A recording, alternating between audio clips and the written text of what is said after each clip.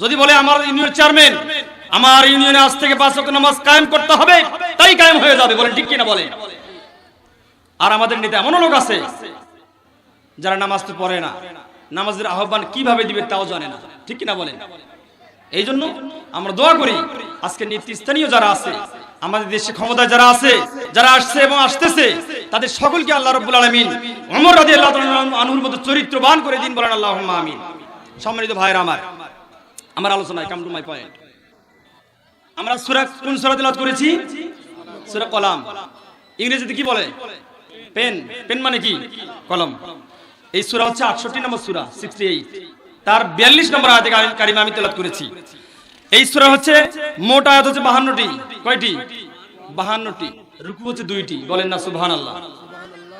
আল্লাহ রাব্বুল আলামিন গুরু গম্ভীর স্বরে স্পষ্ট করে মানব জাতির সামনে কোরআন নামক গাইড বুকে মহাগ্রন্থ আল কোরআনের মধ্যে আল্লাহ রাব্বুল আলামিন কত সুন্দর করে জানিয়ে দিলেন তার হাবিবের মাধ্যমে। কার মাধ্যমে? আল্লাহর হাবিবের মাধ্যমে জানিয়ে দিন আল্লাহ রাব্বুল আলামিন আয়াতে কারিমা নাজিল করে দিয়ে আল্লাহর হাবিবকে বললেন, ও পয়গম্বর, ও আমার হাবিব, তোমার উম্মতদেরকে জানিয়ে দাও, ইয়াউমা ইউকশাফু আন সাকিম ওয়া ইউদআউনা ইলা সুজুদি ফালা ইস্তাতিউন। বলেন আল্লাহু আকবার। আল্লাহু আকবার। আরেকটু জোরে বলতে হবে আল্লাহু আকবার। আল্লাহু আকবার। আল্লাহ রাব্বুল আলামিন জানিয়ে দিলেন, ও পয়গম্বর, তোমার উম্মতদেরকে জানিয়ে দাও, এমন একটা দিন আসবে কাল কিয়ামতের মুসিবতের সময়, যেদিন আল্লাহ রাব্বুল আলামিন বান্দাদের সামনে আত্মপ্রকাশ করে বলবে, ও দুনিয়ার মানুষ, দুনিয়ার বান্দারা, আমার রাসূলের উম্মতেরা, তোমাদেরকে তো আমি কোরআন দিয়েছিলাম রাসূলের মাধ্যমে। এই কোরআনের মাধ্যমে তোমাদেরকে বিভিন্ন ভাবে দিক নির্দেশনামূলক কথা বলা হয়েছে। ঠিক কিনা বলেন? আল্লাহর হাবিব মানুষদেরকে জানিয়ে বললেন, ও আমার উম্মতেরা, শুনে নাও, শুনে রাখো, আমার বান্দারা, আমার উম্মতেরা, আল্লাহ রাব্বুল আলামিন আয়াতে কারিমা নাজিল করে বললেন, কাল কিয়ামতে মুসিবতের সময় আল্লাহ রাব্বুল আলামিন আত্মপ্রকাশ করে বলবে, ও বান্দারা, দুনিয়ার বুকে আমি তোমাদেরকে সালাত পড়ার আহ্বান করেছি, নামাজের আহ্বান করেছিলাম, ইবাদতের কথা বলেছিলাম, তোমরা কি ইবাদত করেছিলা নাকি? কে বলবে? কে বলবে? আল্লাহ রাব্বুল আলামিন। আপনারা ঘুমাইতেছেন কি? আমি মাহফিলের যারা স্বেচ্ছাসেবক ভাইরা আছেন তাদেরকে অনুরোধ করে বলবো, যারা বাইরে ঘোরাফেরা করতেছে তাদেরকে প্লিজ একটু ভিতরে ঢোকাতে বুদ্ধি করেন, খুব আদর করে বলেন। আসলে শোনেন, মাহফিল হচ্ছে এমন একটা জায়গা, এই মাহফিলের প্যান্ডেলে যারা আসবে এদের জন্য রহমতের সাকিনা বর্ষণ হয়। কি সাকিনা বর্ষণ হয়? রহমত বর্ষণ হয় তাদের উপর। কিন্তু মাহফিলের প্যান্ডেলে না এসে যারা বাইরে ঘোরাফেরা করবে তাদের জন্য হবে না। এটা হাদিস শুনলে খুব ভালো লাগবে আপনাদের।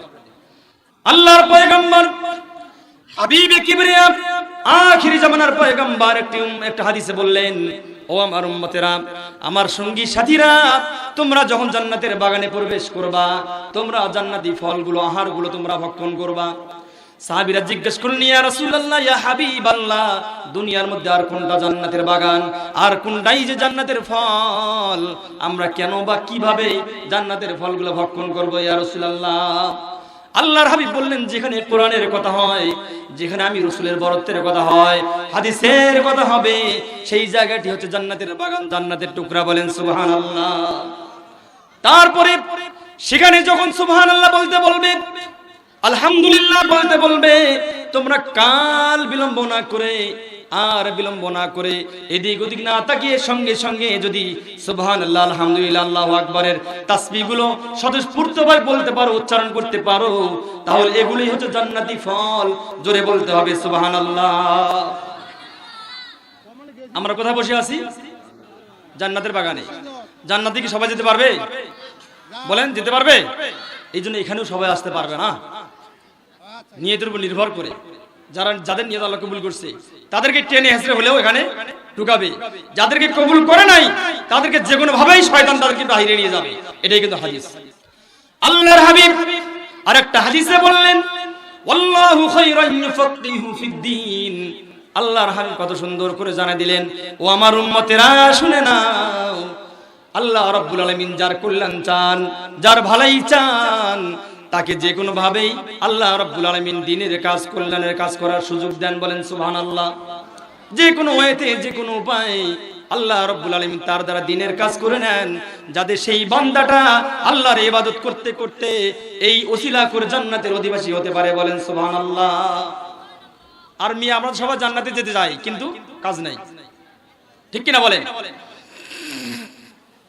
ভাইরা আমার, কাল কিয়ামতে মুসিবতের সময় আল্লাহ রাব্বুল আলামিন সমস্ত পয়গম্বরের উম্মতদেরকে একত্রিত করবেন।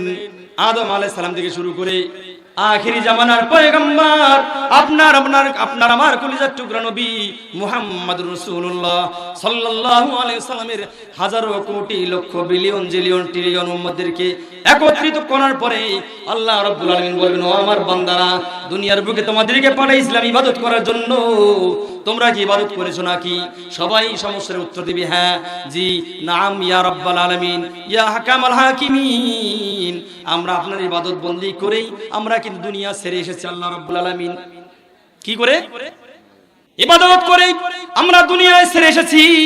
আল্লাহ রাব্বুল আলামিন বলবেন, না না না, তোমাদের মুখের কথা আমি বিশ্বাস করব না, আমি তোমাদের কাজে প্রমাণ করাবো। যারা তোমরা আমার দল করেছো তাদেরকেই আমি অর্ডার দেব, অথবা আজকে আমার যারা দল করেছো দুনিয়ার বুকে তাদেরকে আমি চিনতে পারবো। চিনতে পারবে কিনা? দুনিয়ার বুকে যেমন যে দলের অনুসারী হয় সেই দলের নেতার সাথে পরিচিত হয়, সেই দলের নেত্রীর সাথে পরিচিত হয়, সেই দলের অফিসের সাথে যোগাযোগ বেশি বেশি হয়, ঠিক কিনা বলেন? যদি আপনি আজকে আওয়ামী লীগ করেন, আওয়ামী লীগ করে বিএনপির অফিসে যেতে পারবেন? পারবেন কিনা?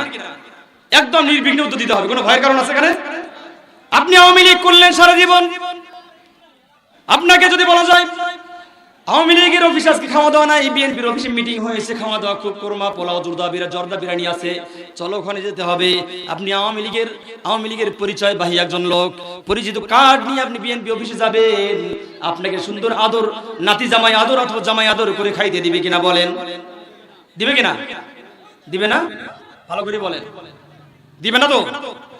আবার যদি জাতীয় পার্টি করলে আপনি সারা জীবন, আবার যদি আওয়ামী লীগের অফিসে গিয়ে খাবার চান, মনে হয় আদর করে খাইতে দিবে।